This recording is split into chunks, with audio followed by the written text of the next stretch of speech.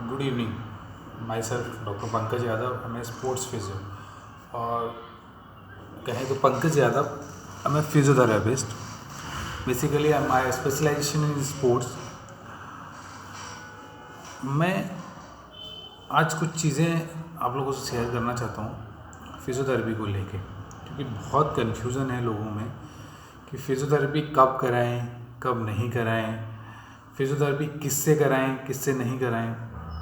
तो इस तरीके के कन्फ्यूज़न सोसाइटी में बहुत ज़्यादा है। लोग समझ नहीं पा रहे हैं कि एक्चुअली में फिजियोथेरेपी की रिक्वायरमेंट कब और क्यों और किसके लिए है। उसी के लिए मैं एक छोटा सा वीडियो बनाना चाह रहा हूँ, और मैं कोशिश करूँगा कि मैं आप लोगों के सवालों के जवाब भी दे पाऊँ, जिसके लिए मैं कुछ दिनों में यूट्यूब पे और फेसबुक पे लाइव आऊँगा। ये डिस्कशन सिर्फ और सिर्फ सोसाइटी के लिए है। सोसाइटी में उन लोगों के लिए है जो कई महीनों तक या कई सालों तक फिजियोथेरेपी कराने के बाद भी फिजियोथेरेपी से रिलीफ नहीं ले पाए हैं, या ये कहिए कि सही तरीके से फिजियोथेरेपी उन्हें नहीं मिली है। तो उसका बहुत बड़ा कारण है कि हम सही जगह शायद पहुँचे नहीं हैं। नॉर्मली अगर हम बात करें तो आजकल हर चीज़ का स्पेशलाइजेशन होने लगा है, मेडिकल फील्ड हो, किसी भी फील्ड में हो। उसी तरीके से हमारी जो फिजियोथेरेपी है उसमें भी एक स्पेशलाइजेशन होते हैं।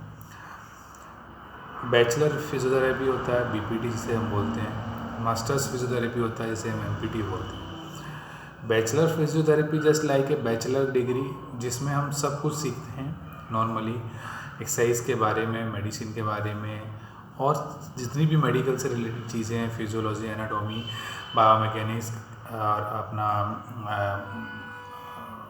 मेडिसिन, पैथोलॉजी के लिए जो भी चीज़ें होती हैं, ENT, गायनिक, बहुत सारे कॉम्बिनेशन के साथ बीपीटी हम कंप्लीट करते हैं। उसके बीपीटी कंप्लीट करने के बाद होता है एमपीटी, मास्टर्स इन फिजियोथेरेपी, या मास्टर इन। और मास्टर्स जब हम करते हैं तो हमारे पास हर चीज़ का स्पेशलाइजेशन होता है। उसमें हर एक ब्रांच होती है अलग अलग, जैसे न्यूरो है, कार्डियो है, पीडिया है, स्पोर्ट्स है, ऑर्थो है, गायनी है, कम्युनिटी रिहैब है।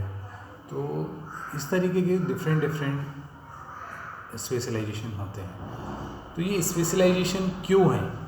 ताकि हम उसी स्पेशलाइजेशन के साथ, उसी एक स्ट्रीम के साथ अच्छे से वर्क कर सकें। न्यूरो वाला न्यूरो के साथ वर्क कर सके, ऑर्थो वाला ऑर्थो के साथ वर्क कर सके, स्पोर्ट्स वाला स्पोर्ट्स के साथ वर्क कर सके, कार्डियो, गायनिक, पीडिया, डिफरेंट के साथ। लेकिन हमारी सोसाइटी में जो कन्फ्यूज़न है वो ये है कि एग्जैक्ट फिजियोथेरेपी क्या है और उन्हें कहाँ जाना चाहिए, ये उन्हें पता नहीं होता है। वो जनरली फिजियोथेरेपी वर्ड समझते हैं और फिजियोथेरेपिस्ट के पास चले जाते हैं। उन्हें ये नहीं समझ में आता है कि उन्हें अगर बोनी प्रॉब्लम्स है या मस्कुलर प्रॉब्लम्स है तो स्पेशली मस्कुलर स्केलेटल वाले के पास जाना चाहिए। इसमें ऑर्थो है, स्पोर्ट्स है, मस्कुलर स्केलेटल एक अलग से ब्रांच है, तो वो बेटर आपको ट्रीट कर सकता है रादर देन कि आप किसी कार्डियो एमपीटी के पास जाएंगे या फिर न्यूरो एमपीटी के पास जाएंगे या अदर थिंग्स। बट हमारे साथ क्या हो रहा है कि हम नॉर्मली हर तरीके का पेशेंट देखते हैं, न्यूरो, कार्डियो, ऑर्थो, स्पोर्ट्स, जिस भी फील्ड में मिल जाए, क्योंकि हमारे स्पेशलाइजेशन का होने का कोई फ़र्क नहीं पड़ रहा है और सोसाइटी में उस चीज़ का अवेयरनेस भी नहीं है। इसलिए मैं आप लोगों को सिर्फ ये बताना चाहता हूँ कि फिजियोथेरेपी आप कराएं। फिजियोथेरेपी में दो चीज़ें होती हैं, एक इलेक्ट्रोथेरेपी होती है, एक मैनुअल थेरेपी होती है। इलेक्ट्रोथेरेपी इलेक्ट्रिकल जो मशीनें हैं, इक्विपमेंट्स हैं, उनका यूज़ करके की जाती है, और मैनुअल थेरेपी जो थेरेपिस्ट के द्वारा मैनुअली हैंड्स ऑन जो होता है उसके थ्रू की जाती है। बट हमें क्या हो, हम जैसे जैसे सोसाइटी फिजियोथेरेपिस्ट को समझ रही है, जान रही है, बट कहीं ना कहीं फिर भी एक कन्फ्यूज़न क्रिएट है अभी भी कि स्पेशली हमें किस फिजियोथेरेपिस्ट के पास जाना चाहिए। तो मैं आपसे यही कहना चाहता हूँ कि अगर आप जनरली न्यूरो का कोई केस है, जैसे आप अगर अपने डॉक्टर को चूज़ कर रहे हैं, न्यूरोलॉजिस्ट को चूज़ कर रहे हैं, स्पोर्ट्स को चूज़ कर रहे हैं, ऑर्थो को चूज़ कर रहे हैं, कार्डियो को चूज़ कर रहे हैं, उसी तरीके से आप अपने फिजियोथेरेपिस्ट को भी चूज़ करें। क्योंकि फिजियोथेरेपिस्ट आप किसी के पास भी चले जाते हैं, बट न्यूरो का केस सिर्फ न्यूरोलॉजिस्ट के पास ही जाके ट्रीट किया जाता है। बट फिजियोथेरेपी में आप किसी के पास भी फिजियोथेरेपी कराने चले जाते हैं, क्योंकि दिमाग में कॉन्सेप्ट ये है कि फिजियोथेरेपी सिर्फ एक एक्सरसाइज थेरेपी है, बट ये एक्सरसाइज थेरेपी नहीं है। ये बहुत सारी टेक्निक्स का एक कॉम्बिनेशन है, इलेक्ट्रोथेरेपी और मैनुअल थेरेपी का कॉम्बिनेशन है।